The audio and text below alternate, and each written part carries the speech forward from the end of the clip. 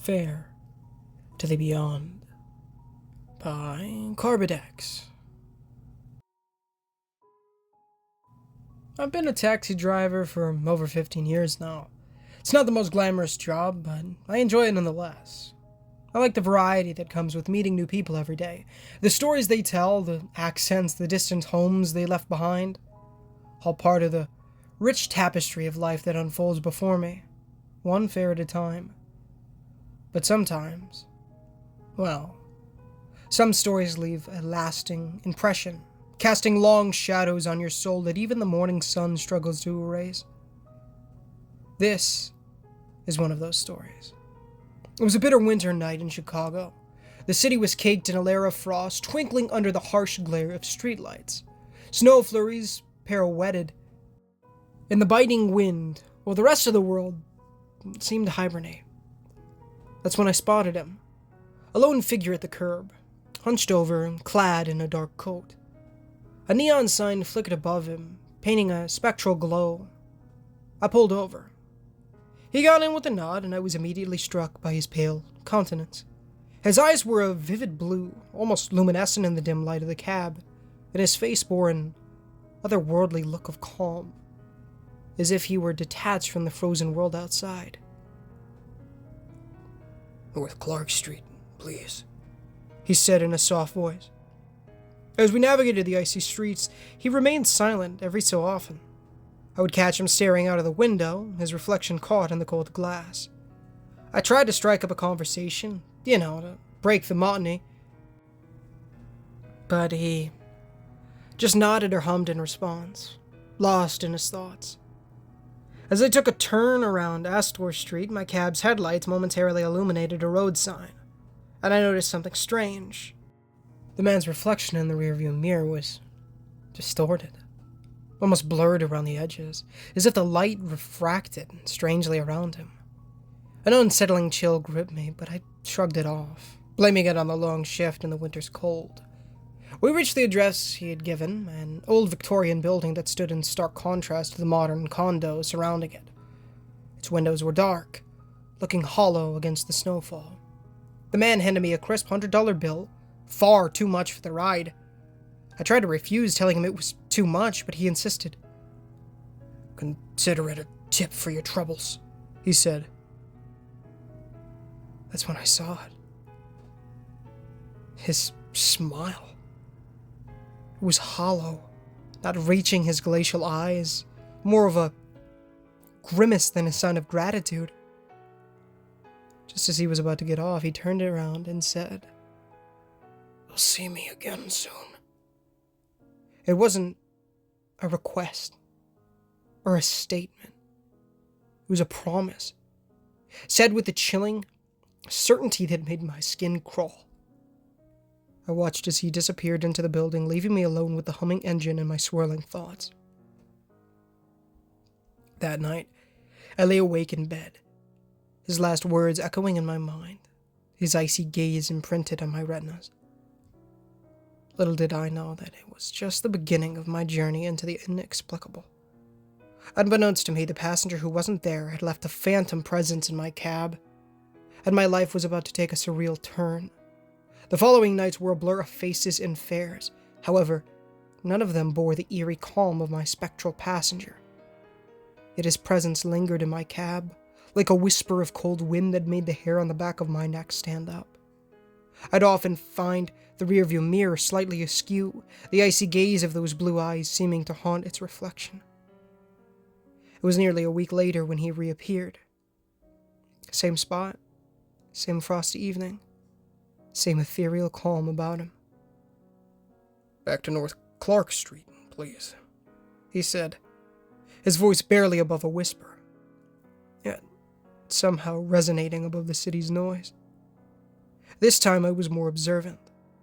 I noticed how the city lights seemed to pass through him, casting no shadow on his face, how his breath didn't fog up the cold window pane, as if he was devoid of life's warmth.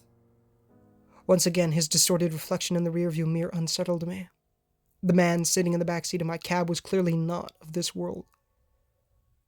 Or at least not as we know it. We reached the same Victorian house, a silence only interrupted by the drone of the cab's engine and the occasional distant wail of a siren.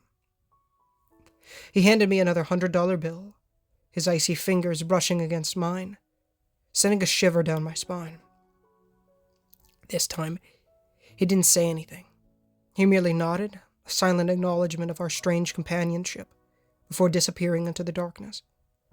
For weeks, this cycle continued.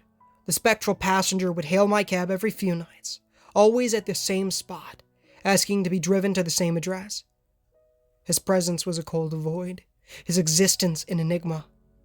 I felt an uncanny connection with him, bound by our silent nocturnal journeys. One day, curiosity got the better of me. I decided to explore the Victorian building. In broad daylight, it didn't seem as ominous. It was just an old building, a relic from the past. However, as I approached the front door, my heart pounded in my chest. The house bore an air of desolation. Its empty windows stared back at me like hollowed-out eyes. I rang the doorbell, half expecting no one to answer. But to my surprise, a frail old woman opened the door. Her eyes, faded with age, looked surprised to see a visitor. I explained about the man I'd been dropping off at this address for weeks, describing his vivid blue eyes, his icy demeanor. Her reaction was not what I anticipated. Her face turned ashen. Her hands trembled as she gripped the door for support. Her next words left me colder than any Chicago winter night. "That sounds like my son, Edward. But that can't be," she stammered. "Edward has been dead for 5 years." Her words hit me like a freight train. Dead. For 5 years. Yet I'd been driving this Edward around for weeks now. The old woman, Mary, invited me in, her hands still trembling. We sat in a room filled with aged furniture and framed photos. One of them caught my eye. A man with vivid blue eyes. Edward. As Mary recounted her story, I learned that Edward had been an adventurous soul, always seeking the thrill of the unknown. Tragically, he'd lost his life in a mountaineering expedition. His body never found. In his memory, Mary had preserved his room as it was. She hadn't stepped outside the house much since then, living with her son's phantom in her heart. Suddenly, the past week started making an eerie sense. The man with no breath, the unexplainable chill, the distorted reflection, and his strange assertion that I'd seen him again. I'd been a taxi driver for the spectral passenger who wasn't there. For Edward.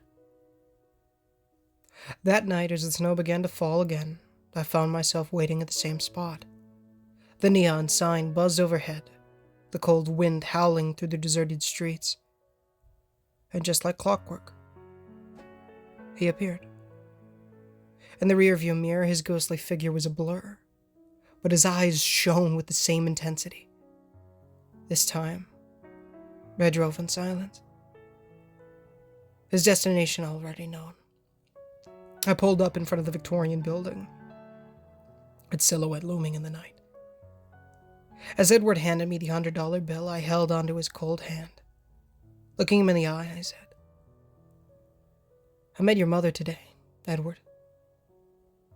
He paused, his icy gaze meeting mine.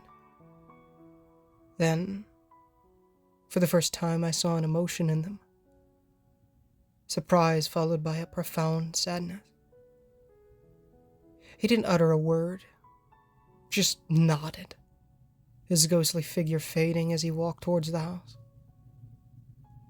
That was the last time I saw Edward. His spectral presence vanished from my cab, and I was left with just the memory of those cold winter nights.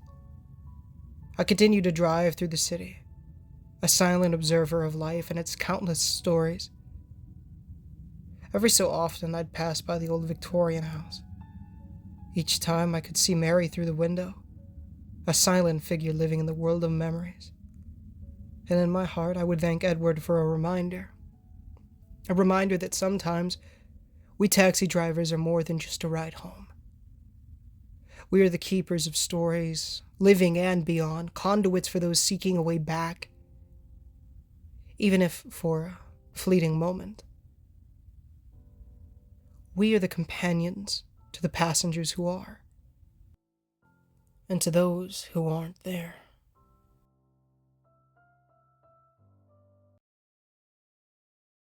Hey guys, Ninja Gamer here, and thank you so much for watching today's story. If you did enjoy, please feel free to leave a like on the videos. It does help the gospel get into people's feeds, and helps the channel numerally, as well as please consider subscribing, as we are trying to hit 10,000 subs by the end of the year, and it would be a massive blessing to the Lord if you guys did so. Of course, if you haven't done so already, please make sure to go into the description or into the pinned comments, read the $1 million question how to become born again. It'll teach you about going to heaven, basically. By repenting of your sins and trusting in the good Lord Jesus Christ with our human soul and strength, as well as building their relationship with the Lord by reading the Holy Bible daily, praying daily, and evangelizing people. It's great stuff. Of course, as always, the $1 million question and anything else I talk about is not associated with the author or the story in any way, shape, or form unless otherwise mentioned. It is for you, the viewer, to read, so please do so. Yeah. Of course, go give Carbodex some love in the comments and the description. The original story link and his Reddit page are down there, so go check those out. As well as please go ahead and give Muse some love as well. All the music in these videos, as well as his YouTube channel, will be down there as well. My brothers have a YouTube channel, to Mac Plush Videos, and they are uploading daily in 2024. And I make quite a few cameos over there. So if you want to see me in something other than horror stories or video games, go check that out. I recommend the 2021 videos. They're my favorites. And it's great stuff. My youngest brother, wants to be a rapper, so I'm leaving his YouTube channel and his SoundCloud in the description for his music. So please go check those out. I'd very much appreciate it. As well as any sound effects, there are none in this video, but in other ones there are. They tend to be sometimes, and yeah. As well as the Barron County Anthology by Random Appellation 468, and former stalker texted me this morning, She's Been Dead for a Year by Tiro 1000. Some of my favorite stories on the channel that I've ever done. Both playlists will be down there for those. And Barron County is still ongoing, so if you guys are a fan of the Children of the Oak Walker stories that we've been doing here over the last couple of weeks, that's actually a story about it's a bigger story through a whole thing, and so I highly recommend getting caught up if you haven't done so already. I love you guys. Thank you so much for watching. I will almost 100% I need to stream GTA today, so we should be streaming. I know I didn't last night. I apologize for that. I kind of just wanted to chill and go to sleep. But we need to stream tonight, so I will be doing that, and that'll be great. Also, my brother had a doctor's appointment that I didn't even end up going to, but it was like 8 in the morning, and so yeah, that was something that I was planning on maybe going to, but then I ended up just staying home and sleeping, and I ended up sleeping till like 4, which, is like me completely, so it doesn't even matter. Something like 15 hours, I think? I don't freaking know, dude. I don't know. It's pretty normal for me. But we should be streaming tonight. I love you guys. Thank you so much for watching, and until next time, guys, this is Ninja Gamer, signing off.